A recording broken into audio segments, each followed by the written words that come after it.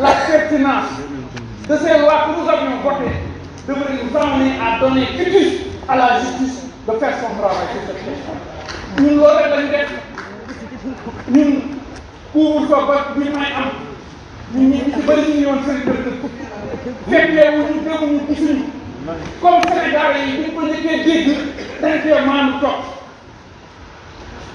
pour revenir un peu ci mission bi nga xam ne moom la ñu jox ñun de jàppoon nañ ne bu ñu joxee mission ñun ñëpp dañuy détaché wu ci suñuy appartenance ak suñuy conviction waaye bi mu déparé nga gis ne am na ñenn député yoo xam ne qui se réclament du peuple ont été partials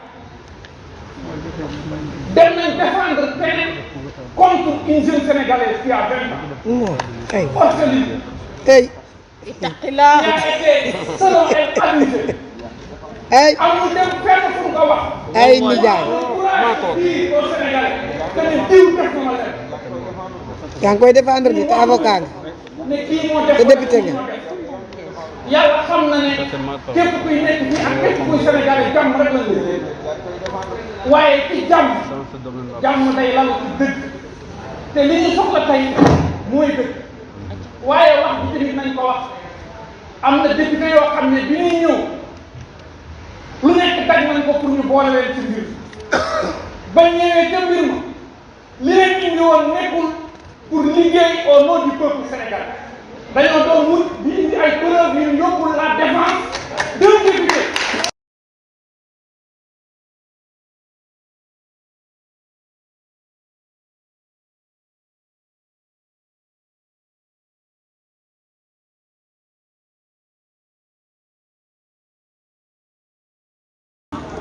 ñi nga xam ne ànd nañ ci lii nga xam ne honorable député Moustapha Mamba Guirassy wax na ko proposé na ko ñi ci ànd ñi ci àndul ak ñi nga xam ne dañu abstenir maintenant ceux qui sont pour la question préalable dama bëgg ngeen compter leen bu baax. billaay jaru ko sax. compter leen bu baax bu ñu compter après man nag kenn mënu maa jël ndax man. yoon moo ko wax compter leen ñi ànd ci loolu. ña ca ànd nga ne le xoola gor yi ñoom Aïssatou Sabara ñoom Aïda Mbodj professeur Issa Sall xool leen fii ñoom yaay man Albis ñoom Wore Sarr ak benn Abdou Mbacké Marisow Ndiaye a ngi nii. ñaan ñoo ci àndul. man nag xam nga man damay direct maa ngi nii man mu ñaaw. compter leen benn par maa ngi nii. bi ñëpp leer. waaye est-ce que won naa leen sama kanam tey mënu leen ko gis parce que wax compter leen benn par benn bon man moom ñëpp sama leer. nekk ci kuy compter ku dul compter. man sama téléphone ci Moustapha Niass laa koy fixé ak sama bopp di def direct ndànk te kenn du ko fay 21 000 personnes di ma seet yow laay jël papa ak sama bopp xanaa lii neex na ministre bi sax jëluma ko ndax bëgguma mu porter ma plainte jëluma la de man mais maa ko direct ndànk ba jeeg faj ko nag wëngëñ jaay wanu taat naan kaa leen faj ko ko gën boo duggee ci man ma su ma la karaté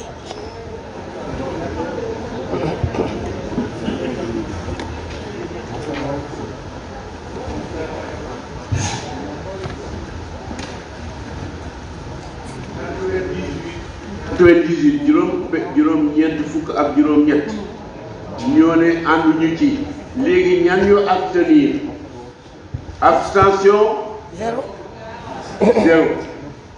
bon nag lii nga xam ne honorable député Moustapha Mamba Guirassy proposé na ko te jaarale ko ci yoon muy article 74 ñi ci ànd ñaar fukk ak benn lañu ñi ci àndul juróom-ñeent fukk ak juróom-ñett amul abstention bon nag li mu proposé Assemblée nationale à la majorité des députés ne nañu rejeté nañu léegi li ci topp ci ni ko yoon tëralee moo di dañuy jox kàddu gi le président de la commission ad hoc après ñu jox parole bi rapporteur bi après ñu jox parole bi le garde des Sceaux, ministre de la justice ensuite ñu jox kàddu gi ci nga xam ne muy député bi tax ñu dajee fii tey teg ko ci yoon walla bu fi nekkul kan moo ko fi nekkal nekk défenseur ñu jox ko ci yoon bu paree nag ñu jox kàddu gi beneen député boo xam ne àndul ci lii nga xam ne commission bi proposé na ko fii muy juróomi nit bu ñu paree nag ñu dal di woote li ñuy woote bon nag léegi maa ngi jox kàddu gi président de la commission ad hoc Mame Birame Touré. Pape Birame Touré ana mu 15 minutes et 15 minutes 15 voilà 15 minutes. ok 15 minutes voilà kenn ku ne 15 minutes nga am voilà d'accord mais dañuy dem Juma Touba quoi. 15 la mais ku mu nekk nga wax ku mu nekk nga wax rek wala di maximum bi 15. ñàkk pexe da nga bañ mu yàgg rek waaye nañ ko yàggal fii ba 4 heures du ngeen fi génn. mais midi 46 dañu war a dem Juma Touba bi. wala Masadi football. Merci monsieur le président. maa ko wax. Monsieur le président. ki sama président la. comme ni ko rapport bi waxee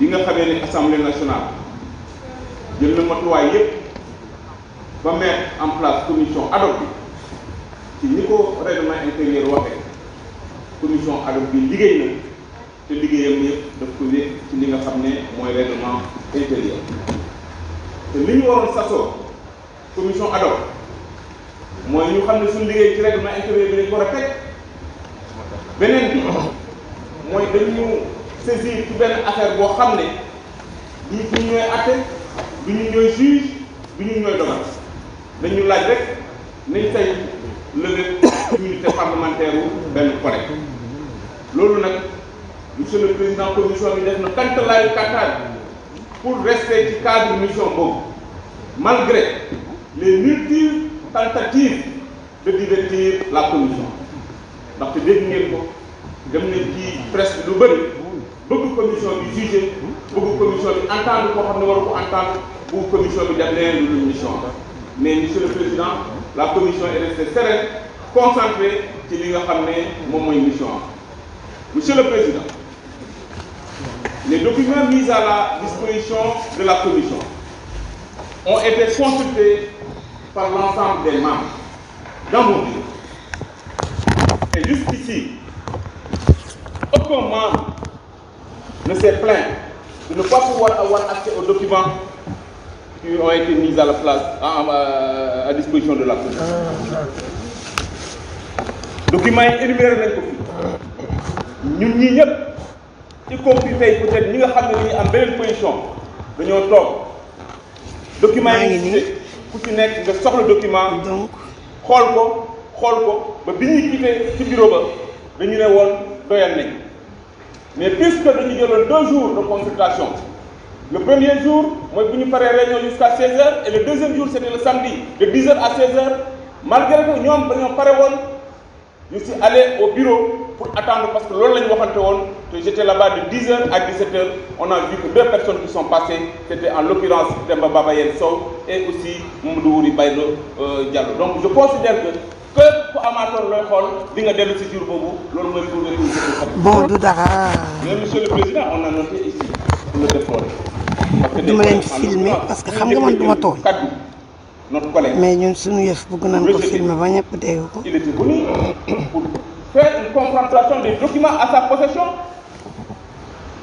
par rapport aux documents que nous avions nous et je l'ai rappelé en réunion j'ai dit que fii ci réunion bi yéen ñi yor document bi yéen a ko njëkk a yor di kaas kenn ci yéen avant may ñëw fii te man j'ai reçu les documents la veille kenn gisuloon document bi mais peut-être que pour ñoom lu tax séance bi gaaw bi ñu toogee di consulter boo xoolee ci consultation bi chaque page première ligne la ñuy xool ak deuxième ligne est-ce que ça correspondait avec le document authentique et ça nous l'avons déploré et monsieur le ministre monsieur le président man je pense que les documents d'enquête yi nga xam ne dañ ko war a tenir secret et même su fekkee ne keneen mu ngi koy def ñun parlementaires qui votons les lois nous ne devons pas participer à la violation.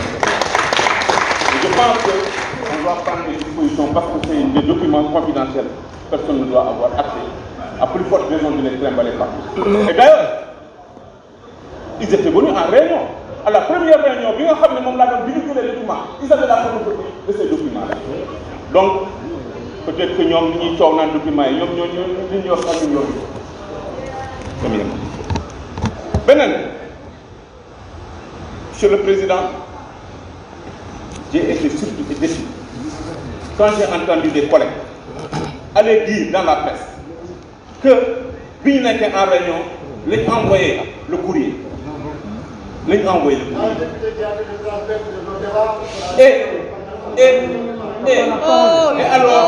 Et alors que nous savons pertinemment que le courrier est allé après.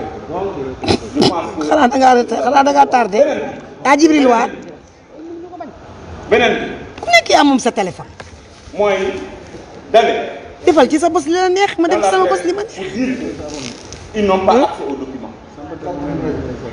Je ne sais pas bon document ngeen di wax. Mais les documents à notre possession qui ont été énumérés ici ont été consultés par l'ensemble des membres. Vous pas tirer en longueur, vous répétez. dama jàpp ne loolu aussi. liñ ko filmé wu la tax moo ko metti dafa baax ñu relever ko. Et wax naa ko ci ñenn ci ñoom dans nos échanges pour le dire. ñoom de direct bi da leen a metti ba xoolal Djibril War. ci presse bi naan yaa nos débats sont en train de se transmettre en direct maa ko transmettre. mais notre responsabilité. bu ngeen paree ci Sonko dàq leen les travaux de notre commission. Notre responsabilité, donner le respect de notre institution. man ne ko bu ngeen paree ci Sonko dàq leen ñu ndax transmission en direct. Donc nous exige de tenir secret nos travaux. Donc je ne pouvais pas aller à la presse comme vous. Bi agitation lu ko fi jar. Quels que soient les enjeux, ci direct moi xam ne lii mooy sama responsabilité. pourtant bi passé de Mor Kam da kaa direct. Calmez-vous, calmez-vous, s'il vous plaît. S'il vous plaît. Madame Soda Ndiaye baax na. S'il vous plaît. yow kenn da laa xamee ay wax yow bëgg a ji ko lebu jëli. Garde des Sceaux, ministre de la Justice. ndax moo yore kàddu gi. Monsieur le ministre, allez. Voilà, c'est ça. Je pense que bu ñu ragal rek ngir yàlla. bàyyi ko. bàyyi leen ko nag lii war Abdou Mbacke bàyyi ko nag baax na lii dal xelam nag mag la nag non monsieur merci monsieur le ministre ndeysaan daa bëri kersa rek la def torox ay bib dëkk daa ko ay bib dëkk saa lu waa Marème Soda Marème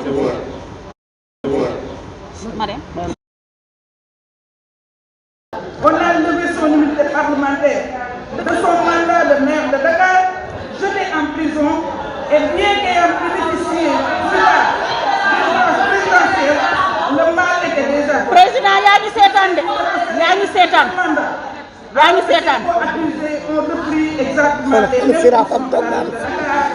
comme si la fameuse affaire de la caisse d'avant n'avait jamais existé.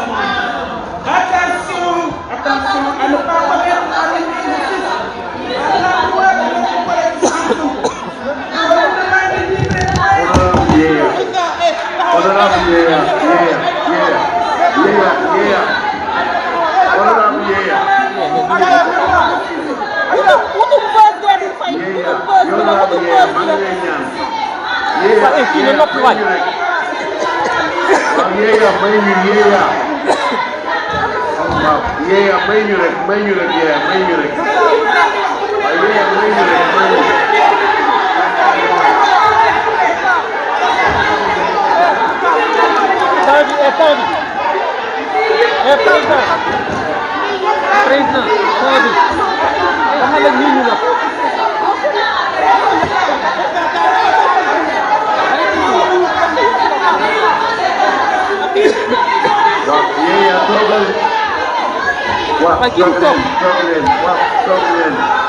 président war nga tiit tey de war nga am jaaxle te njaboot mënoo leen noppiloo war nga am jaaxle tey de war nga am xam nga yëguñu la fi nga toog yow président xam nga ni fi nga toog kenn faalewu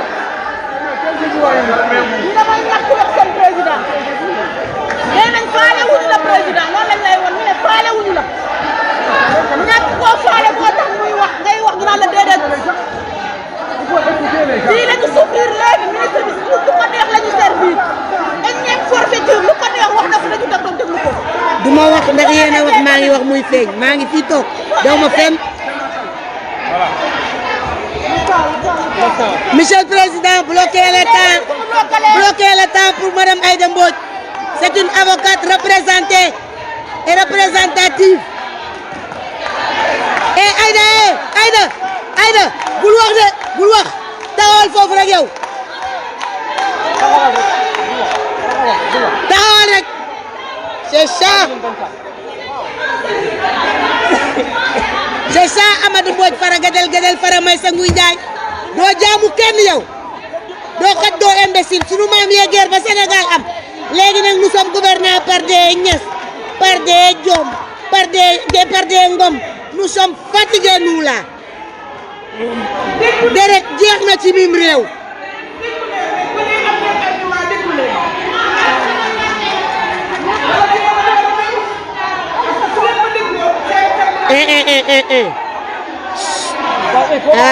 vraiment nag yow nag Aji Mbergane nag tey ay meeru new fi nag waxal nii ñu noppi ndeysaan ay meeru laa yërëm su nekkoon sax mënulu ko dara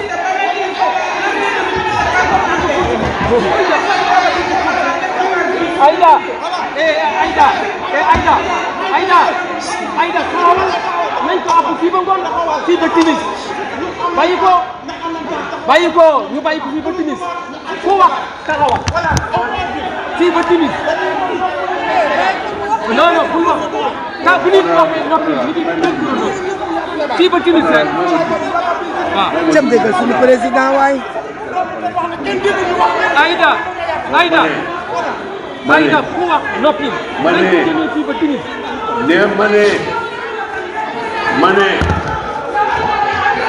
ma ne waaw may leen ma tuuti waaw déglu leen ma tuuti ma ne maa ngi ñaan notre collègue Aji Mbergane le président Aïdara n'est pas là yow yaa topp ci moom dama bëgg waaye itam bàyyi leen ko nag majorité bi nga waxal ma ñëpp bàyyi ko mu jël ay responsabilité bu nekk yaa ngi sa xol bu nekk yaa ngi sa caractère dama bëgg yow nga wax leen ndeysaan mënatu leen dara mu leen di boole maa ngi leen di ñaan ñu calme parce que liggéey baa ngi yàqu waaw dama ne calmez-vous yëf yi 15 minutes la calmez-vous. Ils vont souffrir en écoutant Aïda Mbodj. Ils vont souffrir. Bon, continue.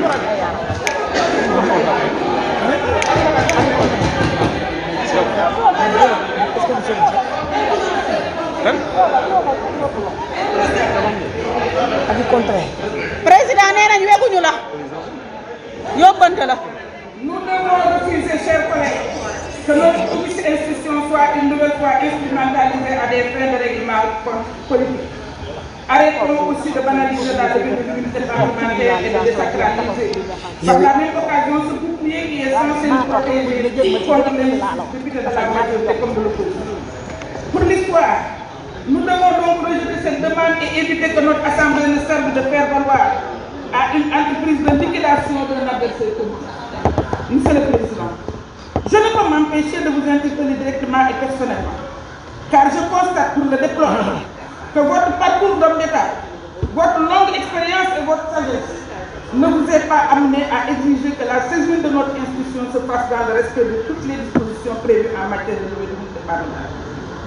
Je me désole que vous ayez failli à cette exigence qui nous aurait évité de devoir lever l'immunité de notre collègue Ousmane Sonko sur des bases aussi légères. Chers collègues, je vous exhorte alors qu'il est encore temps à mesurer pleinement le sens de l'acte que vous aurez à poser aujourd'hui et qui pourrait sauvegarder ou remettre en cause à jamais la dignité de notre Assemblée. Alors, pour l'histoire, pour la dignité de cette institution, pour la sacralité de notre immunité parlementaire, en tant que député, je vous invite à voter non. Monsieur le Président, maa ngi leen di nuyu ministre yi di wax ni affaire bii nga xam ne dañ ci tudd suñu collègue Ousmane Sonko ba tax ñuy lever immunité parlementaire dafa nekkoon affaire privée ba mu mujj nekk affaire d'État. jërëjëf monsieur le ministre parce que leeral nga ji waaye damaa xam ni xaw ma ban conseil des ministres nga yëgal président waaye le 9 mardi la donc bu woon jour conseil te diggante bëccëg juge d'instruction bi gannaaw bi mu jotee bi nga xam ne extrait la ko laaj transmettre nañu procureur général mu transmettre la ko nga transmettre ko président bon nag loolu man gis naa ne tax monsieur le ministre ñun dañ taxaw fii gërëm la ci loi boo xam ni non seulement dañ ko soxla woon waaye dafa jóge woon bitim réew convention internationale muy protocole yi nga xam ne moom lañ defoon te gouvernement bu nekk liggéey ci 98 la convention pour toute élimination pour toute élimination des discriminations des femmes ci lañ ko voté Abdoulaye Wade ñëw en 2000 voté protocole optionnel bi nga xam ne jigéen ñi ñu leen naka sudul noonu mën nga leen directement na suuf ñoom ratifié fii à l'Assemblée fii la toog la sa collègue Cheikh Tidiane Gadio ko ñu ratifié le protocole de Maputo mu am des engagements des pays boo xam ne daf ne leen protéger les filles protéger les femmes yàlla dogal ñu ñëw ci loi may intervenir loolu laa dama la gërëm ba pare ne la loi bi dañ ko soxla woon soxla bi ko soxla li moo taxoon voté wu ma ko seen loi viol bi xamoon naa li fi ñu ko teg.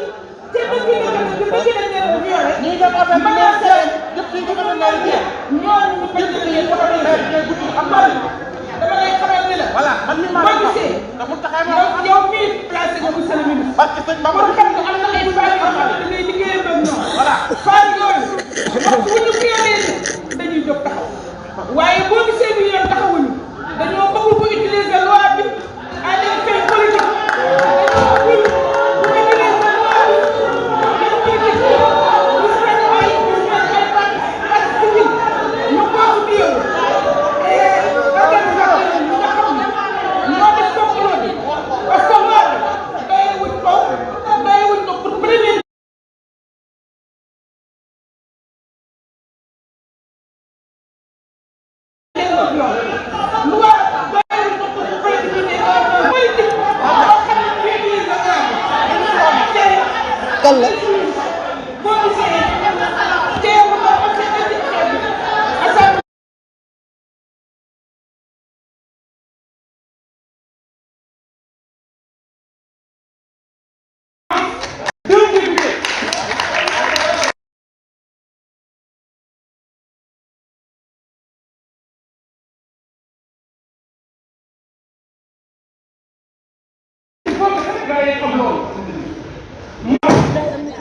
lii am na wala lii amul loolu mooy suñu jot loolu mooy suñu responsabilité may fàtte aussi di fàttali ñooñu que la fille Adji Sarr est une Sénégalaise. Elle mérite que vous prêtez attention à ses propos. Elle mérite, au nom de la représentation nationale, au nom du statut de député, dont vous réclamez, pour rectifier.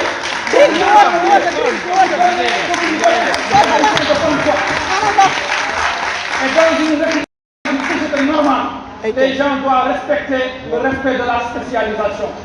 Vous n'êtes pas juge, vous n'êtes pas avocat.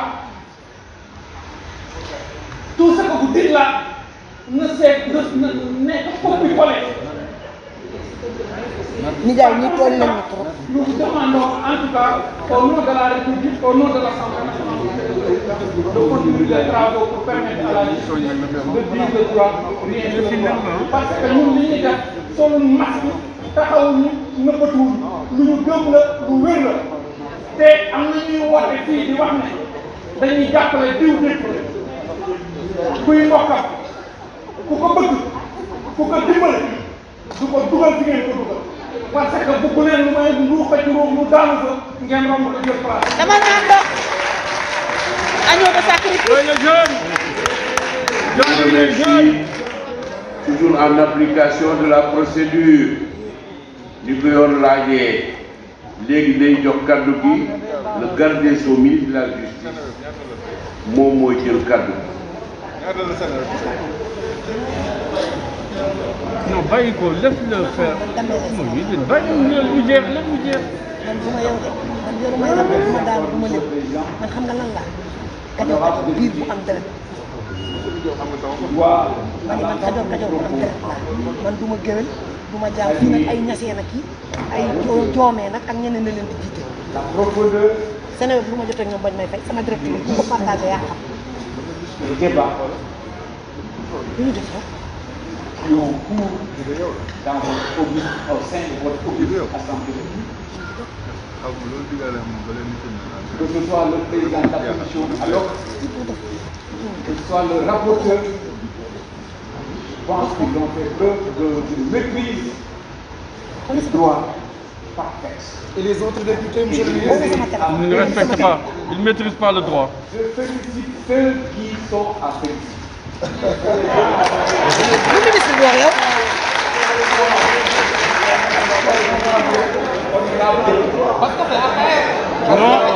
Non, ils ne maîtrisent pas le droit. Droit de non, non,